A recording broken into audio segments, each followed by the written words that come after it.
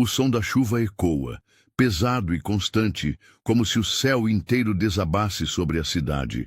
O líquido bate no chão de cimento, se espalha em poças e serpenteia pela sarjeta, carregando a sujeira de uma rodoviária abandonada no meio da madrugada. Acima das poças, um lampejo de luz fluorescente pisca, hesitante, revelando as sombras de uma mulher e duas crianças encolhidas sobre um banco de madeira. No início da história, o silêncio é cortado não apenas pelo temporal, mas também por um convite especial feito para você, espectador. Em meio a tantas histórias como a de Maria, cada gesto de apoio conta. Se você acredita na força da esperança e em finais que trazem luz, inscreva-se agora no canal para acompanhar narrativas impactantes como essa. E agora, segure o fôlego, pois o destino desses personagens está prestes a mudar para sempre. O tempo parece congelado nesse canto perdido do mundo. Maria, magra, vestindo uma blusa fina demais para proteger do frio cortante, envolve com os braços Lucas e Gabriel. Lucas, de olhos arregalados sob as pestanas grossas, parece lutar contra o sono. Gabriel, menorzinho, enterra o rosto no casaco da tia, buscando ali um abrigo impossível. Maria, mesmo exausta, se esforça para espantar o desespero do olhar, mas é impossível esconder o tremor dos lábios, a rigidez dos ombros e a secura dos olhos que piscam incessantemente, tentando não chorar. O banco de madeira range. Ao redor, só o silêncio das plataformas vazias, ocasionalmente rompido por passos apressados, pessoas que vêm e vão, cada qual em seu mundo, sem se dar conta do trio. A maioria carrega guarda-chuvas coloridos, sacolas pesadas ou celulares que iluminam rostos preocupados. Para Maria, tudo isso é distante, quase irreal. O que importa está ali, nos seus braços e no estômago roncando diante da falta de comida. O cheiro da rodoviária é uma mistura de café requentado, papelão molhado e medo. Do teto alto, gotas se soltam, desenhando caminhos nas paredes descascadas. Ao longe, um grupo de homens se aproxima da lanchonete fechada, rindo alto, o tipo de som que desperta alerta imediato em Maria, como um trovão mais agressivo. Ela aperta os meninos contra si e, naquele gesto, se vê lançada de volta aos fantasmas do passado. Noites assim, fugindo de olhares cruéis e de portas que se fechavam. O frio da noite não se compara ao frio do abandono. É nessa tensão, nesse compasso de espera, que a narrativa começa. Maria, observando cada movimento ao redor, hesita. Sabe que não pode esperar muito tempo. A comida que tinha acabou no início da tarde. Os meninos estão famintos e ela carrega a responsabilidade de manter-se forte, mesmo que tudo dentro de si clame por rendição. O grupo de homens se dispersa e, por um instante, o corredor volta a mergulhar na quietude. Maria solta o ar dos pulmões, mas o alívio dura pouco. Um estrondo. Uma discussão se inicia do outro lado da estação. Vozes masculinas crescentes, insultos cruzando o espaço. Lucas agarra sua mão com força. Gabriel começa a chorar baixinho, os soluços abafados pela manga do casaco surrado. Sem opções, Maria toma uma decisão necessária. Respira fundo, enxuga com as costas da mão o começo de uma lágrima e se põe de pé, levantando os meninos com gesto protetor. Caminha devagar pela plataforma, os olhos buscando em cada rosto um sinal de empatia. A maioria desvia o olhar, alguns franzem a testa, outros simplesmente passam por ela como se fosse invisível.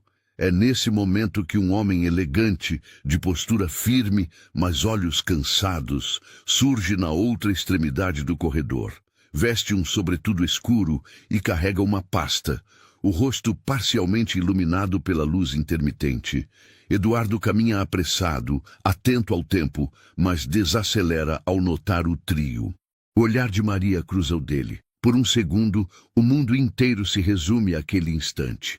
Dor reconhecendo dor, destroços em busca de abrigo. Maria se aproxima, mesmo hesitando. A voz falha no início, mas força-se a falar. Com licença, senhor, por favor. Nenhuma súplica se completa, pois o nó na garganta é grande demais. No entanto, Eduardo entende, não pelas palavras, mas pela expressão de urgência e dignidade ferida, e para, oferecendo silêncio antes de qualquer julgamento. Atrás deles, um trovão faz o prédio tremer.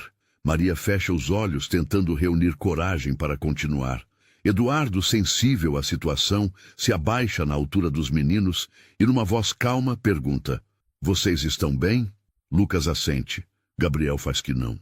Uma pausa longa se segue, até que Eduardo sugere: "Venham comigo, ao menos para se protegerem desse frio por alguns minutos." Maria hesita ainda, sempre duvidosa das intenções alheias, mas ato contínuo, o instinto de proteger os meninos fala mais alto. Juntos, avançam para fora da parte descoberta da estação, em direção à pequena cafeteria que permanece aberta, vigiada por uma funcionária de expressão gentil. Ao entrarem, o calor da sala é como um abraço inesperado. Maria ainda permanece tensa. Lucas e Gabriel, extasiados, olham a vitrine de pães com uma esperança tímida. Eduardo percebe o constrangimento dos três e oferece: "Deixem-me, pelo menos, lhes pagar um lanche, por favor." Maria, relutante, sente-se invadida por sentimentos contraditórios. Orgulho, gratidão, o medo de se deixar ajudar e, mais fundo, a sensação de que talvez não possa recusar mais. Ela assente baixinho. Enquanto a funcionária prepara os sanduíches, Eduardo inicia uma conversa. Devagar, respeitando os limites de Maria. Pergunta os nomes das crianças. Faz breves comentários sobre o tempo, intercalando sorrisos tímidos. Maria quase não fala. Só observa cada gesto, cada nuance, como animal encurralado que mede a distância até a saída. Do lado de fora, a chuva só aumenta. O som vira trilha, marcando o compasso da noite e da esperança que, mesmo frágil, insiste em não morrer. As mãos de Gabriel tremem quando segura o copo de leite. Lucas sorri pela primeira vez na noite, olhando Maria como quem pede permissão para ser feliz. Ela, incapaz de negar esse pequeno alívio, faz um gesto com a cabeça incentivando: "Coma, meu amor." O tempo passa devagar. E gradualmente a tensão se dissolve naquela cafeteria cheia de cheiros bons e promessas mudas. Eduardo, tocado pelo trio, sente seu próprio mundo interno reverberar. Observa Maria com admiração e uma pontada de solidariedade adormecida salta de dentro dele. Decide naquele instante fazer mais do que oferecer um lanche. Com delicadeza propõe: "Venham comigo. Tenho espaço, conforto, comida. Vocês não precisam se decidir agora, mas vão dormir de novo nessa rodoviária?" Maria olha ao redor. As crianças famintas, o frio do lado de fora, o risco que percebeu quando os homens discutiam. Tudo pesa. Ela concorda, ainda receosa, mas, desta vez, com um fio de esperança surgindo entre os dedos. Saem juntos da cafeteria, agora em silêncio respeitoso. Eduardo guia o caminho, sempre atento a cada passo do trio. No trajeto até o carro escuro, Maria agradece timidamente, a voz embargada entre a certeza da necessidade e a vergonha da dependência. Eduardo apenas sorri, dizendo: "Todos nós precisamos de ajuda de vez em quando. Não há nada de errado nisso." Eles embarcam no carro. Maria senta-se ao lado de Lucas e Gabriel, apertando os meninos em um abraço protetor, enquanto o veículo avança pela cidade deserta. Nas janelas, o mundo escorre em linhas brilhantes de água e luz. A promessa de uma noite mais amena desponta, e dentro daquele carro, acende-se a fagulha do improvável recomeço. Ao longe, antes que o portão da grande casa se abra, Maria fecha os olhos, inspirando o cheiro de couro e conforto do automóvel. Uma única frase martela em sua mente, servindo de prelúdio para a próxima etapa dessa jornada. Talvez amanhã seja diferente. Talvez seja possível sonhar de novo. O portão de ferro range sob a chuva, abrindo-se lentamente para revelar o jardim da mansão. árvores altas, gramado meticulosamente cuidado e uma imensa varanda iluminada por luzes amarelas e acolhedoras. Maria, ainda com o coração acelerado de preocupação e incredulidade, olha pela janela do carro e sente-se deslocada, como se adentrasse um cenário impossível, pertencente a outra vida. O veículo para diante de uma escada larga.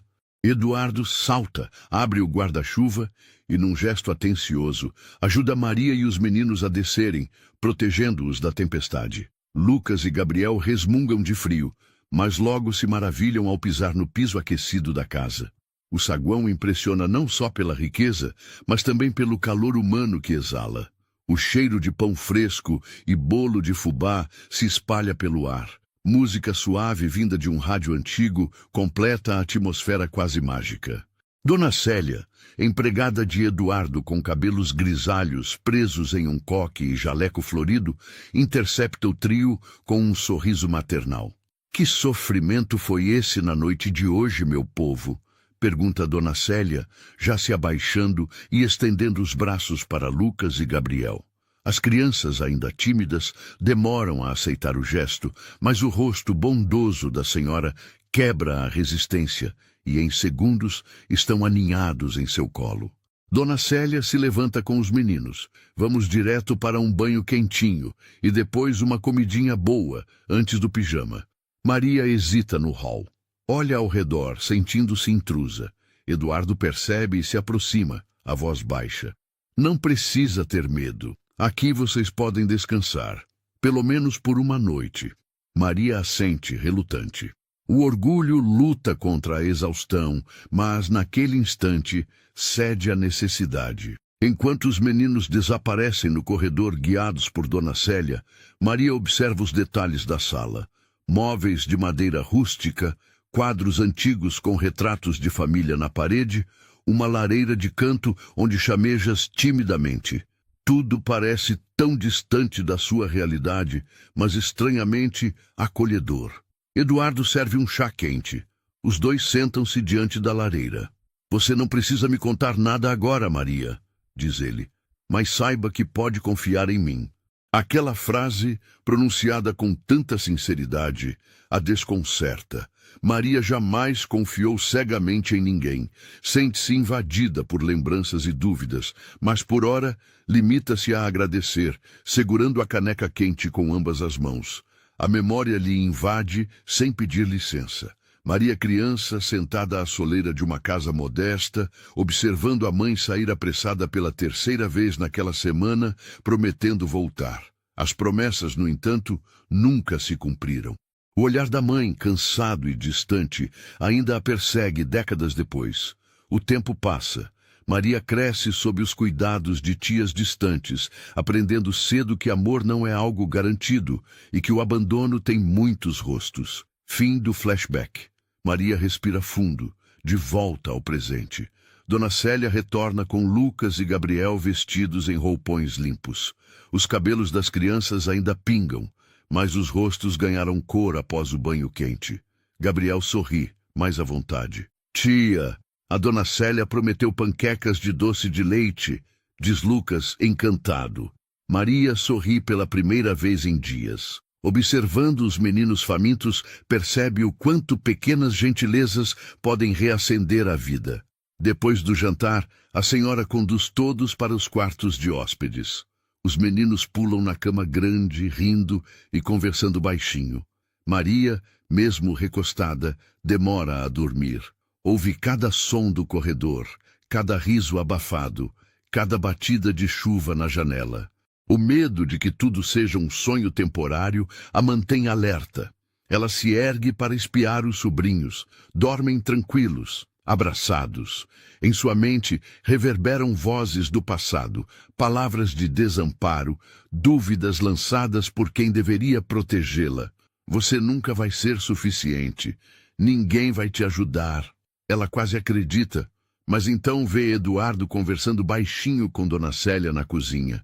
Falam dela, das crianças e dos planos para garantir que, ao menos naquele lar, estejam seguros. Acorda no dia seguinte com o cheiro de café, o som das crianças brincando, O céu, claro, parece abençoar o reinício.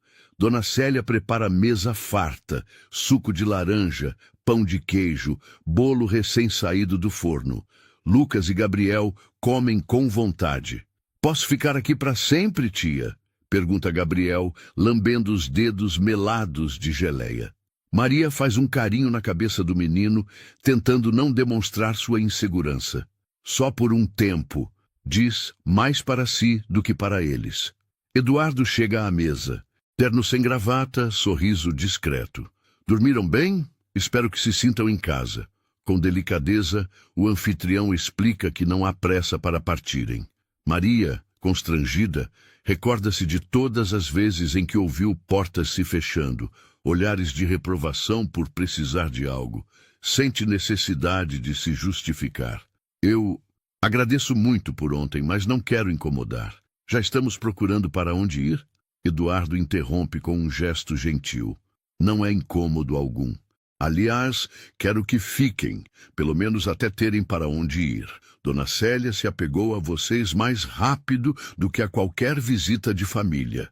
Diz, piscando para a senhora, que sorri cúmplice.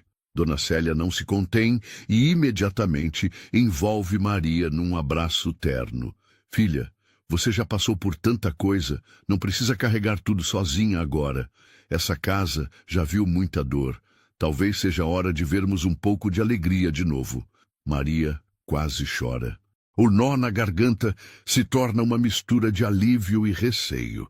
Naquela manhã, Tomás, vizinho de longa data de Eduardo, aparece para uma visita rápida.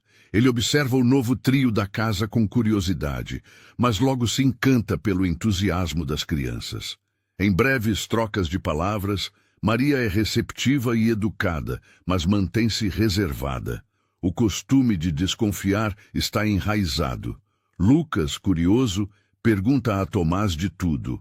Como é morar ali? Se tem amigos? Se alguma vez passou necessidade? Tomás responde com sensibilidade, ensinando que cada pessoa tem batalhas invisíveis e nem sempre quem parece ter tudo é feliz. Na varanda, Dona Célia fala a Maria, em voz baixa, após a saída do visitante. Sabe, filha, às vezes a vida coloca a gente na encruzilhada certa. O importante é não estacionar no sofrimento. Hoje você precisa descansar, mas amanhã será sua vez de lutar com esperança. Essas palavras entram fundo. Maria, pela primeira vez, contempla a possibilidade de pertencer, mesmo que temporariamente, a um lugar onde a proteção não seja uma miragem. Os dias seguintes trazem, enfim, uma rotina serena, ao menos na medida do possível para quem carrega cicatrizes profundas. Maria acorda cedo, ajuda a Dona Célia na cozinha, aprende receitas simples, agradece até pelo pão adormecido tostado no café da manhã. Lucas e Gabriel retomam pouco a pouco a alegria da infância, correndo pelo jardim, jogando bola com Tomás, ouvindo as histórias de Dona Célia sobre o passado da mansão. Os pesadelos noturnos ainda vêm. Maria acorda suada, coração disparado, relembrando fugas e ameaças do ex-companheiro. Pela manhã, finge diante das crianças que nada aconteceu, oferecendo-lhes um sorriso hesitante, embora sincero. Certa tarde, Maria encontra Eduardo na biblioteca da casa. João, amigo advogado de Eduardo, estava por lá revisando alguns contratos. Maria ouve trechos sobre dor, confiança, perdas. Algo nos olhos de Eduardo revela que ali também mora sofrimento não declarado. Num gesto de coragem, ela pergunta: "Por que faz isso por nós?" Eduardo sorri de um jeito triste. "Porque entendo como é se sentir sozinho. Minha esposa se foi há 4 anos. Desde então, percebi que ajudar alguém não preenche o vazio, mas pode iluminar uma parte escura da gente. O silêncio entre eles é repleto de entendimento. A primeira camada de muro entre ambos começa a ruir. Naquela noite, Maria reza em silêncio. A imagem na janela do quarto é de chuva mansinha, correndo vidraça abaixo. Para ela, não há milagres, só pequenas providências. E naquele abrigo temporário, havia encontrado mais do que calor e comida. Havia encontrado, de novo, a tênue centelha da esperança. Antes de adormecer, Maria pensa: se amanhã for melhor, prometo não fechar as portas para quem me estender a mão. A narrativa avança enquanto Maria resgata pequenas porções de confiança e amor próprio, desenvolvendo laços com Eduardo, Dona Célia, Tomás e principalmente com Lucas e Gabriel. O passado a visita, mas pela primeira vez ela começa a acreditar que é possível escrever uma nova história. O tempo passa. Entre a convalescença dos dias frios e os momentos de afeto doméstico, Maria recobra, pouco a pouco, alguma serenidade que julgava perdida. Bastam pequenos rituais: ajudar Dona Célia a regar as plantas da varanda, ouvir as aventuras de Lucas e Gabriel depois das aulas improvisadas, sentir o cheiro de bolo no forno e a brisa suave varrendo as cortinas. O ambiente da mansão, entre o clássico e o singelo, torna-se silenciosamente um cenário de cura minuciosa, onde cada detalhe parece ter sido desenhado para restaurar partes esquecidas da alma. Maria, no entanto, enfrenta o embate interno. A convivência com Eduardo acarreta desafios invisíveis. A gratidão, misturada ao temor de perder o pouco conquistado, se manifesta nos gestos contidos, na necessidade de se mostrar útil o tempo inteiro, de jamais relaxar por completo. Dona Célia, atenta, percebe o fardo no olhar da hóspede e, numa manhã de sol brando, reflete diante do fogão: Maria, a casa já te acolheu, agora é a sua vez de acolher a si mesma, meu bem. Essas palavras ecoam nos dias seguintes, moldando uma nova rotina. Eduardo dedica tempo aos meninos. Juntos soltam pipa, plantam mudas no jardim, montam barracas improvisadas na sala de estar nos fins de semana. À noite, Maria é surpreendida pelas risadas espontâneas das crianças. Por vezes, ela mesma se permite sorrir genuinamente. Os muros vigiados de seu coração, erguidos com tanto zelo ao longo dos anos, dão os primeiros sinais de fissura. O ambiente da casa, com seus tons amarelados, móveis robustos, cortinas floridas e jardins que parecem refúgios secretos de infância, cria marcações visuais. O quartinho das crianças com móveis baixos, dezenas de lápis de cor e folhas grampeadas com rabiscos. A copa que, ao entardecer, se enche de vultos de pardais e cheiro de café. O longo corredor repleto de fotografias, onde Lucas e Gabriel param a cada dia para apontar quadros, perguntar histórias, buscar traços de si naquele passado. Maria começa a costurar relações. Ela se aproxima de Tomás, aprende a fazer pão com Dona Célia, ouve de Eduardo dicas sobre pequenas finanças e burocracias. Certa noite, no entanto, um pesadelo antigo volta à tona. Maria vê-se em meio à chuva, gemendo baixinho para não acordar os meninos, presa à lembrança de promessas quebradas e abandonos. Quando amanhece, sente-se exausta. Ainda assim, ajuda Dona Célia a preparar o café e, como quem tenta renascer, sorri para todos à mesa. No auge desse clima de quase normalidade, Eduardo propõe: Maria, se quiser, posso te indicar algumas ofertas de emprego. Conheço donos de padarias e mercados da região. Sei que não é o sonho de ninguém, mas... Ela o interrompe com um brilho de esperança. Não importa. O que eu mais quero agora é poder dar conta por conta própria. Só preciso de uma chance. A dignidade no olhar de Maria comove Eduardo. Ele reconhece nela a força de quem já perdeu tanto, mas ainda carrega o orgulho honesto. Ao longo dos dias, Maria passa a frequentar a padaria de seu Antônio, um senhor franzino de bigode farto que precisa de ajuda com o balcão. Nos primeiros turnos, Maria sente a insegurança pulsar junto ao cansaço. O medo de errar, de não conseguir agradar, de voltar para casa de mãos vazias. Mas aos poucos conquista seu espaço. Os fregueses elogiam o atendimento, a delicadeza, a atenção, a pontualidade. Lucas e Gabriel, orgulhosos, vão buscá-la na saída algumas vezes, acompanhados sempre por Eduardo ou Dona Célia. O orgulho por poder comprar o primeiro pacote de leite com seu próprio salário acende em Maria um brilho novo. Mais que dinheiro, é o resgate da autoestima. Ela se vê, enfim, como alguém capaz de sustentar a si e aos sobrinhos. Ao voltar certa noite, pouco antes do pôr do sol, Maria encontra Eduardo sentado nos degraus da entrada, revisando papéis do escritório. Ela se senta, depois de hesitar um instante. As crianças brincam no jardim sob o olhar atento de Dona Célia. "O que foi?"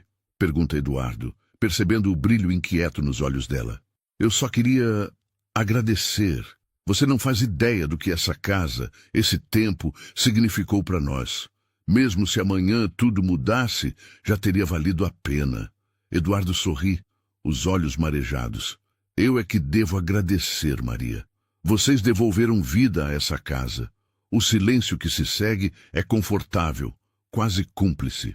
O sol se põe atrás das árvores e naquele instante ambos percebem, sem precisar de palavras, que laços profundos se formaram. Mas como diz o ditado, o passado raramente dorme por muito tempo. Certa noite, uma ligação rompe a serenidade conquistada. Maria atende no corredor. A voz de Ricardo, o ex-companheiro, chega abafada, impregnada de cinismo.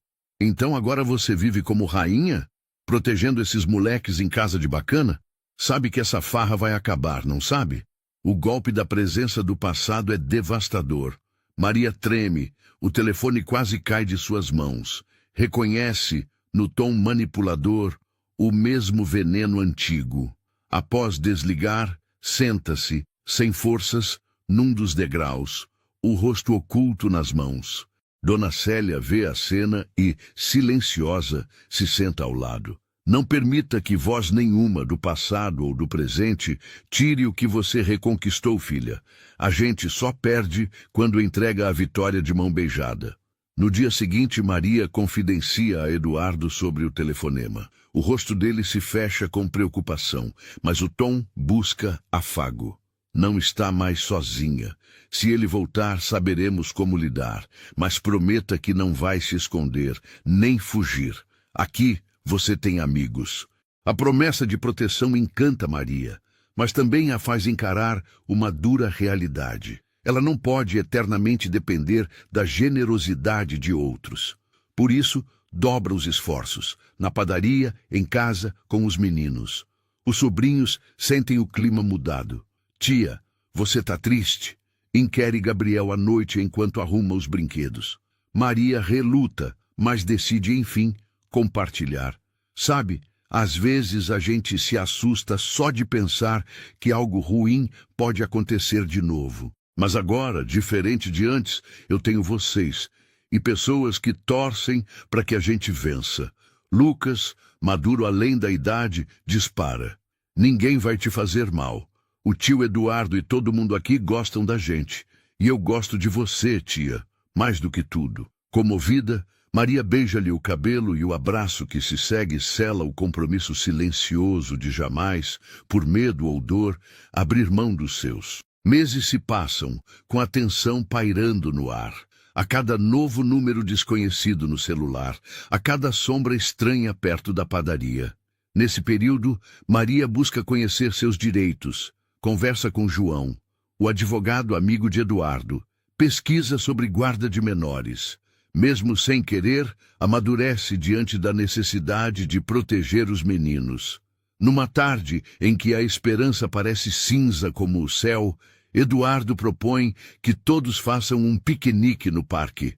Maria hesita, pensando nas responsabilidades da rotina, mas cede ao entusiasmo das crianças. Em meio às árvores, brincadeiras e bolo de fubá, ela sente um inédito contentamento. Dona Célia, entre risadas e conselhos, comanda a roda de conversa, narrando contos do tempo em que era jovem e acreditava que o destino pudesse mudar com uma simples escolha.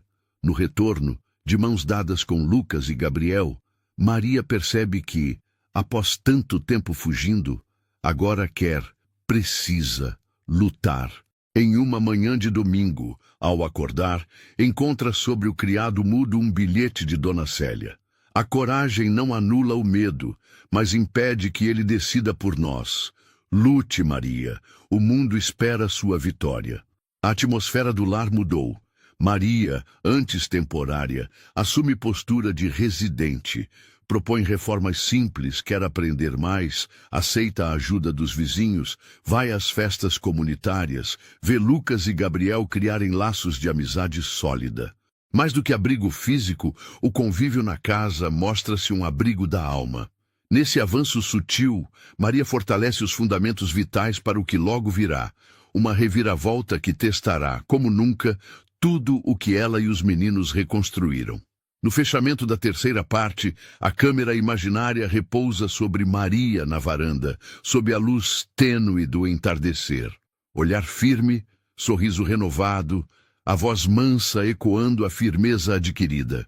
Não importa quantas noites frias, quantos recomeços. O que importa é nunca mais permitir que o medo me paralise. O prenúncio está no ar. O passado, afinal, ainda não disse sua última palavra. O sol nasce pálido numa manhã encoberta, e a rotina de paz recém-descoberta é abalada bruscamente.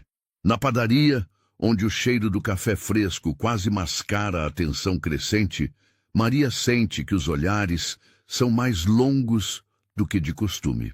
Seu Antônio, cuidadoso, puxa a conversa, enquanto observa um homem do outro lado da rua.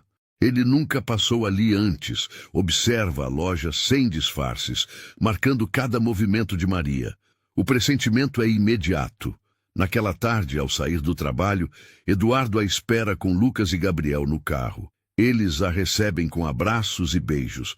Numa família improvisada, há alegria. Mas por trás do volante, Eduardo parece ciente de tudo, cada vez mais protetor. Sobre a mesa do jantar, Maria lê uma carta deixada na caixa de correio. À primeira vista, não há remetente. Ao abrir, reconhece a letra de Ricardo, fria e calculada. Uma ameaça velada, misturada com termos legais. Fala sobre tutela, guarda, direitos de sangue. Maria sente uma vertigem de impotência. É o retorno do controle indireto, dos jogos psicológicos travados há anos. Agora, o passado assume forma concreta e anuncia batalha judicial. Não apenas memórias. A casa, que de lar se tornou fortaleza, entra num estado de alerta discreto. Eduardo telefona para João, o advogado, que visita no dia seguinte carregando pastas e palavras sóbrias. Maria ouve falar de intimações, prazos, audiências, sente o pânico crescer e, em um momento de exaustão, travestido de coragem, desaba diante de Dona Célia na cozinha após o almoço. Dona Célia, e se eu perder? Se eles tirarem meus meninos? O que faço? A anciã, com sua serenidade inabalável, responde: luta, filha, luta com a verdade. Quem ama de verdade, cuida. Quem cuida de verdade merece ser reconhecida e não está sozinha. As crianças percebem que algo mudou. Gabriel fica mais ansioso, passa a dormir com uma boneca abraçada e só adormece ouvindo a voz de Maria. Lucas, mais inquieto, desafia Maria com perguntas difíceis, sussurrando à noite: tia, se um dia eu tiver que ir embora, você vem comigo? O nó na garganta quase a impede de falar. Mas Maria, acariciando os cabelos do menino, promete: eu nunca vou deixar você sozinho. Eu juro. A primeira audiência é marcada. O imaginário coletivo, tribunais, promotores, homens de paletó e frases difíceis, invade o cotidiano e faz renascer os medos mais antigos. Eduardo se faz presente o tempo todo, reduz o ritmo no trabalho, participa das consultas com João, oferece silêncio respeitoso quando percebe a sobrecarga emocional de Maria. Dona Célia pede licença em alguns dias para rezar mais forte e preparar caldos reconfortantes na véspera do julgamento. Em meio à tensão, há pequenas redenções. Os dias ganham sabores leves, piqueniques no jardim, histórias antes de dormir e risadas desenhadas em tinta colorida. Maria se põe a costurar roupas antigas, enquanto Lucas e Gabriel aprendem a fazer pão com Dona Célia. Nas tardes chuvosas, todos reúnem-se na sala. Eduardo lendo jornal, as crianças brincando, Maria e Dona Célia bordando a luz do abajur. A casa pulsa em uma esperança que insiste em resistir, porque sabe que na vida real, momentos de felicidade são faróis em meio às tempestades. O grande trauma se revela uma e outra vez. Maria relembra a infância marcada por ausência, a adolescência de sonhos abortados, o primeiro encontro com Ricardo e o círculo de promessas não cumpridas.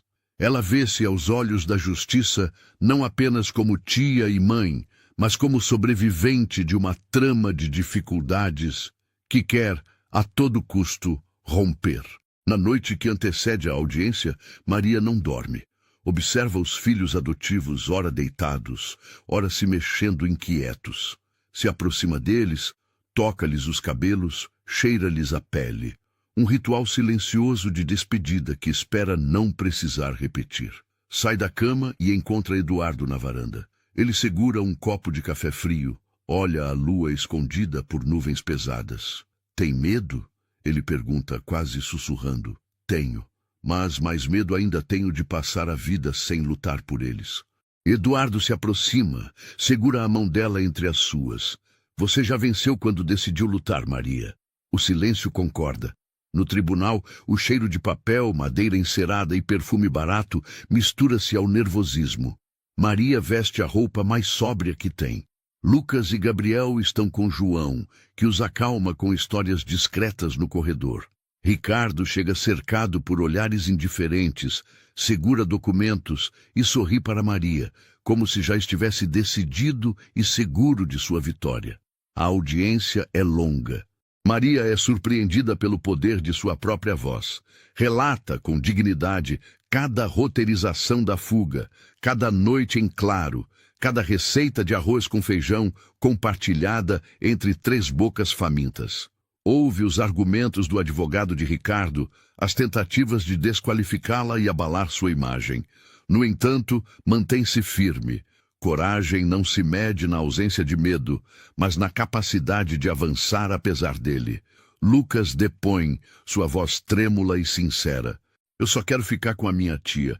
Ela foi mãe quando eu não tinha ninguém. Gabriel chora silencioso, agarrado a Dona Célia, que o ampara do lado de fora. A promotoria pede laudos sociais, sugerem visitas à casa, entrevistas, sondagens escolares. São semanas de preparação, de exposição, de insônia. Maria se vê invadida em sua rotina, mas decide não recuar. Autoriza todas as visitas, responde a todas as perguntas, mantém leveza nos dias de Lucas e Gabriel. A dignidade, ora silenciosa, ora barulhenta, faz dela e dos meninos um elo impossível de desfazer. Durante esse tempo, a comunidade se mostra, enfim, laço real. Clientes da padaria testemunham. Dona Célia oferece relatos do cotidiano. Eduardo e Tomás reforçam a rede protetiva em torno de Maria, tornando impossível ignorar o tecido afetivo costurado desde a chegada do trio. Em uma das tardes, entre audiências e pesquisas, Maria senta-se na biblioteca com Eduardo. O ambiente de aroma amadeirado, as paredes repletas de livros, o som distante das crianças brincando no jardim, tudo compõe um cenário de leve suspender da angústia. Fico pensando, Eduardo, se no fim disso tudo ainda vou ter forças para começar. Ele responde, suave. Você já começou. Basta não desistir. É nessa teia de pequenas certezas e grandes dúvidas que Maria se prepara para enfrentar a decisão mais importante de sua vida. No jardim, Lucas e Gabriel correm sob a chuva que agora é mais leve.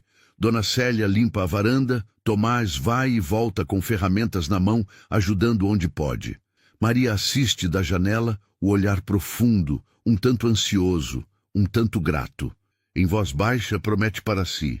Seja qual for o amanhã, hoje eu lutei com todo o meu amor. E por um instante, antes da próxima tormenta que virá com o resultado do processo, ela se permite apenas existir, confiar, sentir orgulho do caminho feito, das raízes lançadas. O lar agora é esperança, mesmo que a tempestade lá fora não dê trégua. Narremos, ao encerrar esta parte, o crepúsculo permeando as árvores do jardim, misturando-se a certeza de que nenhum amor bem cuidado termina sem marca, e que até o mais simples recomeço pode ser a vitória de uma existência inteira. O clima na casa é de espera e sussurros. Entre a ansiedade incontrolável e a rotina forçada, Maria e as crianças seguem em suspensão.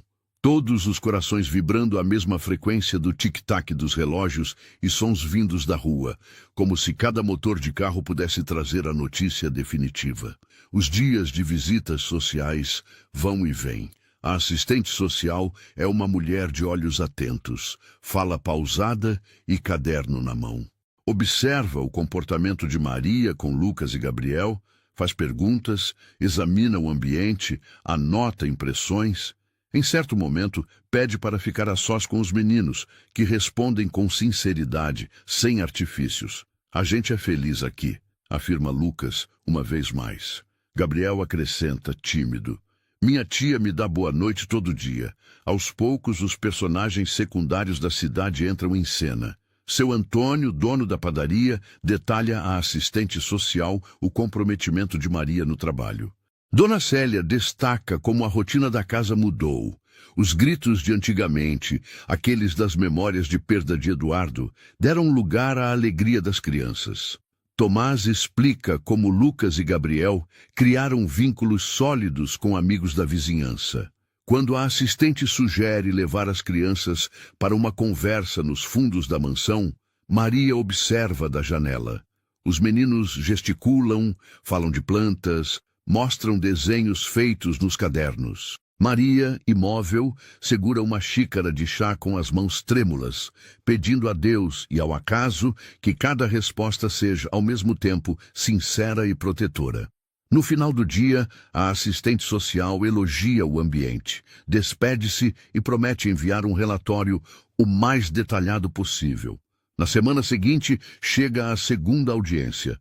O fórum está lotado. Ricardo aparece extremamente arrumado, expressão de autossuficiência na face. Maria veste a mesma roupa sóbria, o cabelo preso cuidadosamente por Dona Célia, os olhos decididos. Dona Célia a acompanha, de mão dada, enquanto Eduardo e João, o advogado, trocam olhares de confiança e preocupação. Antes de entrar, os meninos a abraçam. Lucas sussurra para Maria. Não tem como a gente perder, tia. Você é a nossa casa. A audiência começa. O juiz, senhor grisalho de semblante bondoso, conduz as falas com paciência. O advogado de Ricardo apresenta argumentos técnicos, fala de laços sanguíneos, questiona a instabilidade do passado da Maria. Ao contrário do previsto, o argumento é menos eficaz do que julgavam. A promotora indaga, então, sobre os cuidados reais e presentes. Quem de fato esteve com as crianças nos momentos mais críticos, quem oferece afeto, rotina, estabilidade. Maria fala. Sua voz, por vezes embargada, transmite dignidade. Ela admite o passado difícil, não nega as fugas, as poucas conquistas materiais. Pelo contrário, se orgulha da coragem de recomeçar. Discorre sobre a importância de um lar seguro acima dos laços biológicos, sobre o amor que se constrói em cada gesto diário. Eduardo presta depoimento. Fala sobre sua experiência de luto, a chegada de Maria e das crianças, como todas as transformações aconteceram. Dona Célia fala das noites em claro, das primeiras risadas de Gabriel depois de meses, do orgulho ao ver Maria pagando com suor do próprio salário o material escolar das crianças. Tomás, vizinho, diz a juíza, família não é só documento, família é vínculo, e vínculo aqui não falta. Um momento de emoção. Lucas pede para falar. O juiz consente. O menino, pé balançando, mãos unidas entre os joelhos. Eu não tenho pai nem mãe. A primeira vez que fui chamado para jogar bola foi aqui. A primeira vez que me senti seguro, dormi nesta casa. Segura as lágrimas e completa. Não quero ir embora. Quero ficar com minha tia. A sala se cala. Um silêncio espesso. Ricardo evita encarar o menino. Gabriel, no colo de Dona Célia, chora baixinho. Após o julgamento, todos retornam à mansão apreensivos. Gabriela se agarra à perna de Maria, enquanto Lucas, mais silencioso, olha para o chão. Os adultos tentam manter a rotina. Bolo para o lanche da tarde, músicas suaves, tarefas domésticas divididas. Mas o clima é de espera tensa pelo desfecho. Neste limiar, os personagens mostram sua força. Maria, mesmo tomada por insegurança, abraça os meninos antes de dormir e lhes repete a mesma promessa, noite após noite. Onde vocês estiverem, eu estarei. Não há juiz, parente ou casa nenhuma que me afaste disso. Ao deitar por fim, desaba. Lágrimas silenciosas escorrem, dissolvendo medos e transformando-os em uma única certeza. Lutar, ainda que tudo pareça desfeito, é sua razão de existir. Um novo dia nasce, trazendo consigo a notícia ansiada. O juiz determinou a guarda definitiva para Maria, reconhecendo sua dedicação, o amor real, o ambiente saudável dos meninos. O texto da sentença celebra, sem floreios, a força dos vínculos criados pelo afeto acima dos laços de sangue. Na mansão, a celebração é espontânea. Lucas corre para os braços da tia, grita, a gente ficou! Gabriel dança na sala, as mãos erguidas, o sorriso largo. Eduardo, emocionado, ergue Maria entre seus braços num abraço marcado por respeito e alegria. Dona Célia prepara pão de queijo e bolo, Tomás traz refrigerante. É uma vitória, sim, mas mais importante é o fim da incerteza, a semente de um novo começo. Na varanda iluminada pelo sol, Maria contempla os meninos brincando. Os olhos têm o brilho da vitória conquistada a pulso, sem atalho, sem tropeço no respeito próprio. Eduardo se aproxima, mãos à cintura. Você venceu. Maria sorri, ainda marejada. Não, nós vencemos. É neste espírito coletivo, de conquista construída a muitas mãos, que a narrativa se prepara para seu clímax emocional. A possibilidade real de olhar para o horizonte e construir sem medo todos os pequenos e grandes sonhos adormecidos pelo cansaço. Ao final deste capítulo, o jardim da mansão é palco de abraços, brincadeiras e esperança. O medo deu lugar ao pertencimento, e a vitória de Maria se faz canto ao recomeço que ali passa a ter raízes profundas e propósito. A casa agora respira outro ar. Cada cômodo, antes marcado pela expectativa do incerto, vibra com a presença da felicidade possível. Lucas e Gabriel brincam no quintal, as risadas ecoando sob o céu de um azul aberto, enquanto Maria observa pela janela da cozinha, mãos ainda ocupadas com a receita de bolo preparada ao modo de Dona Célia, mas pensamento longe, agradecido. Com a guarda assegurada e o passado recolhido em gavetas bem fechadas, Maria mergulha na tranquilidade cotidiana. Leva os meninos à escola, se dedica com vigor ao trabalho na padaria de seu Antônio, onde agora já é tratada como da família, e participa ativamente das festas do bairro, finalmente sentindo-se parte da vida ao redor. Os domingos viram referência de alegria, mesa farta no jardim, amigos, vizinhos e, vez ou outra, uma visita do juiz responsável pelo caso, que se afeiçoou à família e recebe pães e bolos em sua casa. Eduardo, cada vez mais presente, ajuda Lucas com tarefas escolares e Gabriel nas experiências caseiras de plantar feijão em algodão. O vínculo dele com Maria se fortalece numa cumplicidade que vai além da gratidão. É parceria de vida, nascida do respeito mútuo por todas as feridas já enfrentadas. Entre os dois, diálogos genuínos, sorrisos compartilhados, olhares trocados em silêncio, dizem mais do que qualquer promessa. Dona Célia percebe. Lar se faz de sonhos, mas, sobretudo, de perseverança. Em uma manhã especial, Eduardo prepara uma surpresa. Ele chama Dona Célia, Tomás, seu Antônio e os próprios meninos para um piquenique no jardim. A toalha xadrez é estendida sob o ipê que sombra parte do gramado. A comida é simples, mas basta. Lucas e Gabriel, descalços, brincam de pique entre os adultos, enquanto Maria serve café passado na hora. No meio da tarde, Eduardo, com um gesto delicado, se ajoelha na frente de Maria. Todos silenciam. Até o vento nas folhas parece parar para assistir. Ele segura as mãos dela, olha nos seus olhos profundamente e diz: Maria, você nos ensinou o significado da força, da coragem e do amor. Você reconstruiu a esperança neste lugar e fez de mim um homem melhor. Gostaria de dividir tudo contigo para sempre. Aceita casar comigo? Os olhos de Maria se enchem de lágrimas, mas desta vez é de emoção leve, alegria fina, limpa. Lucas e Gabriel correm e abraçam as pernas da tia, cheios de riso e tensão. Aceito, Eduardo. Ela responde, voz trêmula de emoção e felicidade.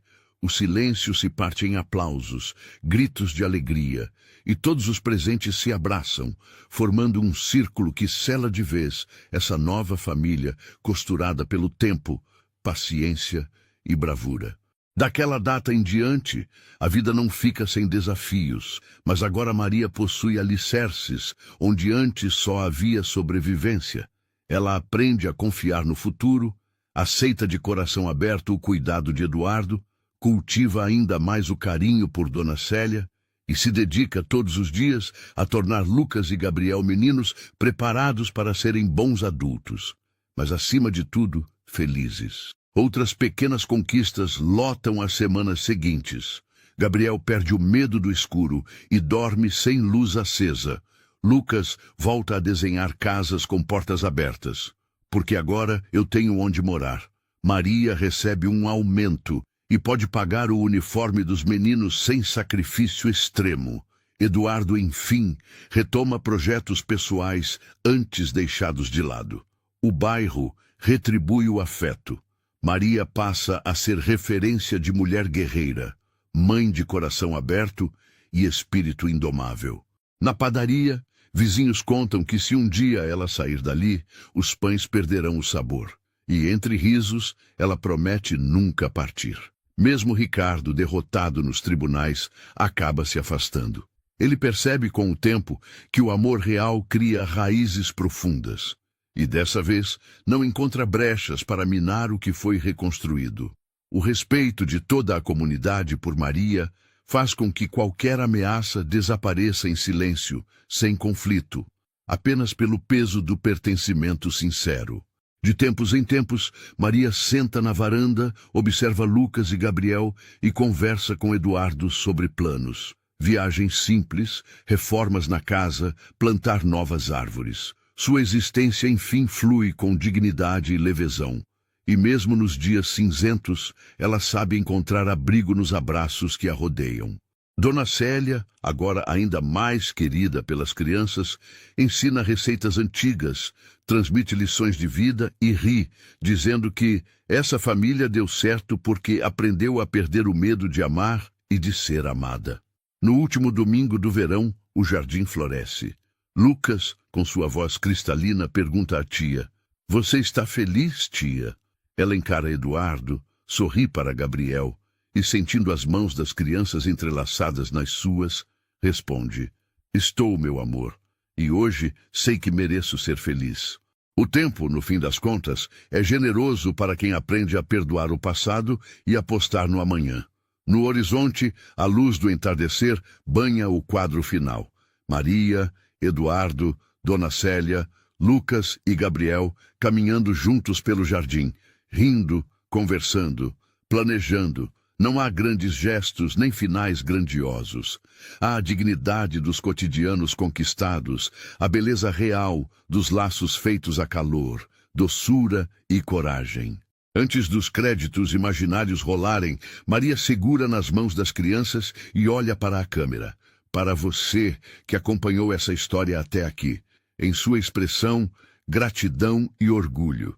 E, com voz suave, mas firme, convida: se esta história te emocionou, não esqueça de se inscrever no canal, deixar seu like e comentar o que mais te tocou em nossa jornada. Sua presença é parte dessa família também. Juntos, seguimos espalhando esperança.